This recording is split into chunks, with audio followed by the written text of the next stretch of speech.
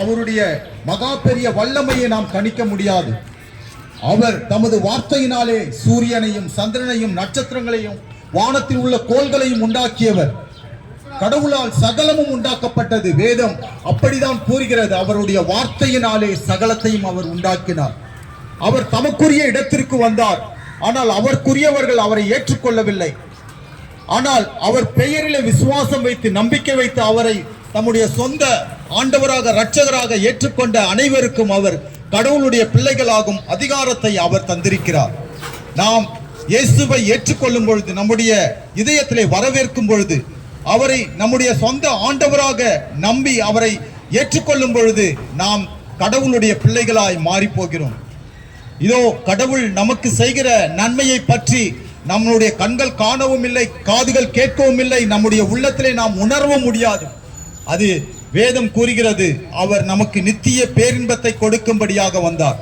பரலோகத்திலிருந்து அவர் தமது மகிமையை துறந்து இந்த பூமிக்கு அவர் வந்தார். ஆண்டவர் இயேசு கிறிஸ்து தம்மையே சிலுவை மரணம் வரை தம்மை தாழ்த்தினார். சிலுவை மரணம் வரை அவர் தன்னை தாழ்த்தினார். ஆகவேதான் அவர் இந்த நாள் வரையிலே, இந்த கடந்த 2000 வருடம் மாத்திரமல்ல, அதற்கு முன்பாகவே அநேக ஒரு அறியாமையில் மனிதர்கள் இருக்கிறார்கள். என்னவென்று சொன்னால் 2000 வருடம் தான் ஆகிறது, அதற்கு முன்பாக கடவுள் இருந்தாரே என்று சொல்லி. ஆம், உண்மைதான். 2000 வருடங்களுக்கு முன்பதாக இயேசு கிறிஸ்து இந்த பூமியிலே வந்து பிறந்தார். ஆனால் அதற்கு முன்பாக அவர் கடவுளோடு கடவுளாக வாழ்ந்து கொண்டிருந்தார்.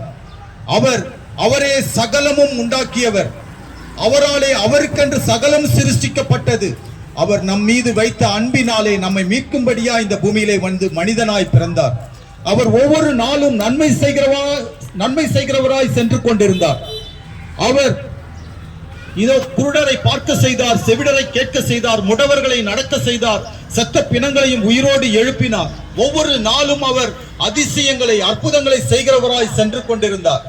கடைசியாக அவர் தன்னையே நமக்காக பலியாக ஒப்பு கொடுத்தார்.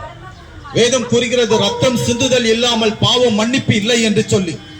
நாம் நம்முடைய தவறுகளுக்காக, குற்றங்களுக்காக பாவம் இல்லாத ஒரு மனிதர் கூட இல்லை. வேதம் கூறுகிறது, எல்லா மனிதரும் பாவம் செய்து தேவ மகிமை அற்றவர்களாக ஆகிவிட்டார்கள். ஆகவேதான் கடவுள் இந்த பூமியிலே வந்து பிறந்ததற்கு ஒரு பிரதான காரியம் பாவங்களை தீர்க்கும்படியாக, மனிதர்களை பரிசுத்தமாய் மாற்றும்படியாக, கெட்டவர்களை நல்லவர்களாக மாற்றும்படியாக, நம்முடைய எல்லா தவறுகளிலிருந்தும் பாவங்களிலிருந்தும் குற்றம் குறைகளிலிருந்து நம்மை விடுவித்து பரிசுத்தமாய் மாற்றும்படியாக இயேசு கிறிஸ்து இந்த பூமிக்கு வந்தார். பரிசுத்தராகிய அவர் பாவ உருவாக்கப்பட்டார். சிலுவையை நாம் நோக்கி பார்க்கும் பொழுது இதோ ஒரு குற்றவாளியை போல, நம்மை படைத்த கடவுள் ஒரு குற்றவாளியை போல சிலுவையில் அறையப்பட்டதற்கு காரணம், இதோ நாம் குற்றம் புரிந்தவர்கள், நாம் பாவம் செய்தோம், நாம் அநேக தவறுகளை வாழ்க்கையில செய்திருக்கிறோம். நான் ஒரு தவறும் செய்யவில்லை என்று ஒருவராகிலும் சொன்னால் இதோ அவன் பொய்யனாய் இருக்கிறான் என்று வேதம் கூறுகிறது. நாம் செய்கிற எல்லா தவறுகளுக்காகவும் நம்மை படைத்த கடவுள் இயேசு கிறிஸ்து சிலுவையிலே மரித்தார். சிலுவையிலே அவர் பலியானார். அவர் தமது மாசற்ற உடலை அவர் ஒப்பு கொடுத்தார். சிலுவையிலே மகா கொடிய வேதனையை அவர் அனுபவித்தார். ஏன் என்று சொன்னால், நாம் பாவம் மன்னிப்பு அடைய வேண்டும். நாம் பாவம் மன்னிப்பு அடைய வேண்டும் என்பதற்காக. நம்முடைய பாவத்திற்குரிய தண்டனையை ஒருவரும் சுமக்க மாட்டார்கள். நமக்காக ஒருவரும் குற்றவாளி என்று தன்னை ஒப்பு கொடுக்க மாட்டார்கள். ஆனால் நாம் செய்த தவறுக்காக, நாம் செய்த பாவத்திற்காக நம்மை படைத்த கடவுள் அவர் குற்றவாளியை போல தன்னை ஒப்பு கொடுத்தார். நம் மீது விழுந்த பாவத்துக்குரிய தண்டனைகளை எல்லாம் அவர் சுமந்து கொண்டபடியால் இயேசு கிறிஸ்துவிடத்திலே நாம் செல்லும் பொழுது, நம்முடைய பாவத்தை ஏற்றுக்கொள்ளும் பொழுது, நம்முடைய குற்றம் குறைகளை ஏற்றுக்கொள்ளும் பொழுது அவர் நம்பிக்கைக்குரியவர் என விளங்குவார். நம்முடைய அநீதிகளை மன்னிப்பார், நம்முடைய பாவங்களை மன்னிப்பார்.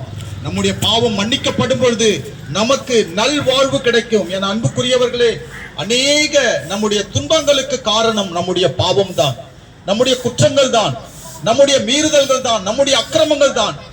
ஆண்டவர் இயேசு கிறிஸ்து எல்லா அக்கிரமங்களுக்காகவும் தன்னையே ஒப்பு கொடுத்தார். அவர் பரிகரித்தார். சிலுவையிலே தமது ரத்தத்தை சிந்தி மரித்தார்.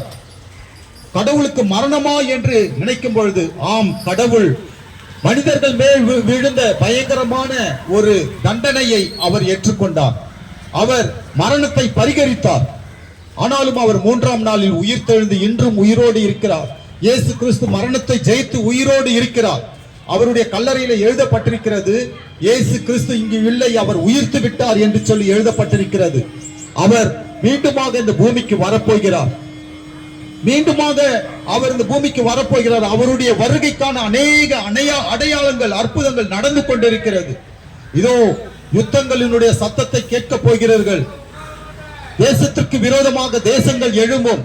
பற்பல இடங்களிலே நிலநடுக்கங்களும் கொள்ளை நோய்களும் ஏற்படும். இவையெல்லாம் நாம் பார்க்கவில்லையா? சில காலங்களுக்கு முன்பாக கொரோனா வந்தது, கொள்ளை நோய்.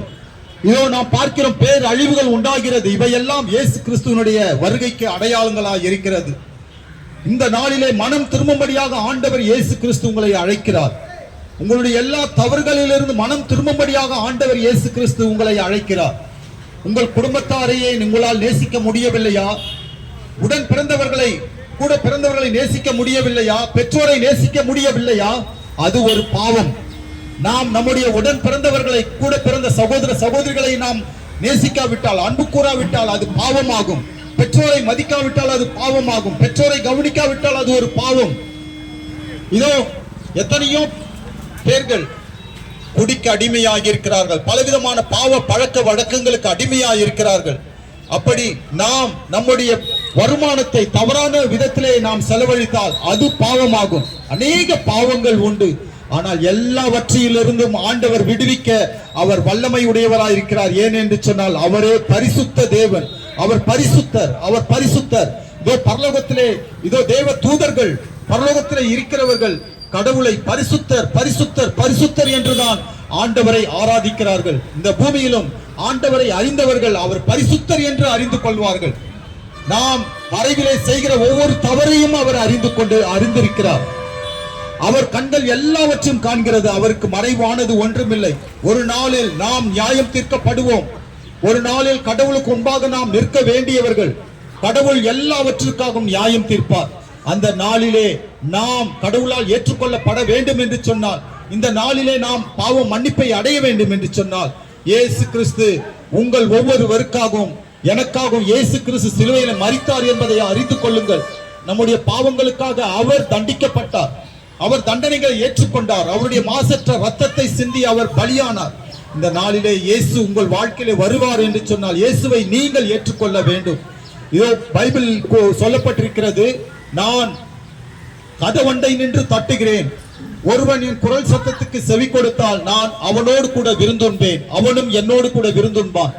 இதனுடைய பொருள் என்னவென்று சொன்னால், ஆண்டவர் இயேசு கிறிஸ்து பலவந்தமாய் கட்டாயமாய் நம்முடைய வாழ்க்கையில வரமாட்டார். நாம் இதோ அவரை வரவேற்க வேண்டும். இயேசுவே என் இதயத்திலே வாரும் என்று சொல்லும் பொழுது அவர் நம் வாழ்க்கையிலே வந்தால் நம்முடைய வாழ்க்கை சந்தோஷமாய் மாறி போகும்.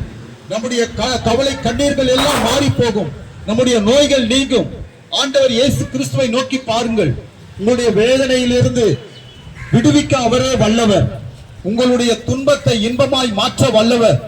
உங்களுடைய துக்கத்தை சந்தோஷமாய் மாற்ற வல்லவர் இயேசு கிறிஸ்து. இயேசுவே மெய்யான தேவனும் நித்திய ஜீவனுமாய் இருக்கிறார். இதோ மனிதர்கள் கடவுளை தேடி பல இடங்களுக்கு செல்கிறார்கள், புண்ணிய ஸ்தலங்களுக்கு செல்கிறார்கள். ஆனால் ஒரு பேருண்மையை அறிந்து கொள்ள வேண்டும். கடவுள் நம்மை தேடி வந்தார். கடவுள் நம்மை தேடி வந்தார். அவர் நம் ஒவ்வொருவரையுமே தேடி வந்தார். நம் மீது அளவற்ற அன்பை வைத்திருக்கிற இயேசு கிறிஸ்துவை நோக்கி பாருங்கள். ஆண்டவர் இயேசு கிறிஸ்து உங்களுடைய கஷ்டங்களை எல்லாம் மாற்ற வல்லவர். உங்களுடைய கண்ணீரை மாற்றி அவர் களிப்பாய் மாற்றி உங்களை வாழ வைக்க வல்லவர். இயேசு கிறிஸ்துவிடத்திலே உங்கள் வாழ்க்கையை ஒப்புக் கொடுத்து பாருங்கள். எந்த ஒரு பெரிய கஷ்டமாக இருந்தாலும் ஆண்டவர் அவற்றிலிருந்து உங்களை விடுவிப்பார். ஆண்டவர் இயேசு கிறிஸ்து உங்களை அதிகமாய் நேசிக்கிறார்.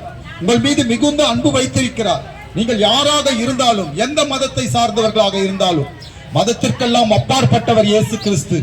இயேசு கிறிஸ்து உங்கள் அனைவரையும் நேசிக்கிறார். ஆண்டவர் நீங்கள் யாராக இருந்தாலும், நீங்கள் எப்படிப்பட்ட நிலையில் இருந்தாலும், கஷ்டமான நிலையில் இருந்தாலும், வறுமையா இருந்தாலும், நோய்வா இருந்தாலும், மனிதராலே புறக்கணிக்கப்பட்ட நிலையில் இருந்தாலும் இயேசு கிறிஸ்து உங்களை நேசிக்கிறார். உங்களுடைய வாழ்க்கையை மாற்ற வல்லவர். இந்த வேளையிலே ஒரு சிறு பிரார்த்தனையோடு நாங்கள் முடிக்கிறோம். உங்களுக்கு தனிப்பட்ட விதத்திலே ஜெப உதவி தேவை என்று சொன்னால் உங்களுக்காக நாங்கள் ஜெபிக்கும்படியா இருக்கிறோம். நீங்கள் எங்களிடத்திலே வந்தால் நாங்கள் உங்களுக்காக தனிப்பட்ட விதத்திலே ஜெபிப்போம். எங்களை மிகவும் அதிகமாய் நேசிக்கிற அன்பின் தெய்வமே இயேசுவே, இந்த நாளில் ஆண்டவரே அப்பா, இந்த உமது செய்தியை கேட்ட ஒவ்வொரு வரையும் ஆண்டவரே உமது திருக்கரத்திலே நாங்கள் ஒப்பு கொடுக்கிறோம் ஆண்டவரே. அப்பா, அவர்களுடைய கவலைகளையும் கண்ணீரையும் மாற்றுவீராக, களிப்பாய் மாற்றுவீராக, துக்கத்தை சந்தோஷமாய் மாற்றுவீராக, துன்பங்களை இன்பமாய் மாற்றுவீராக.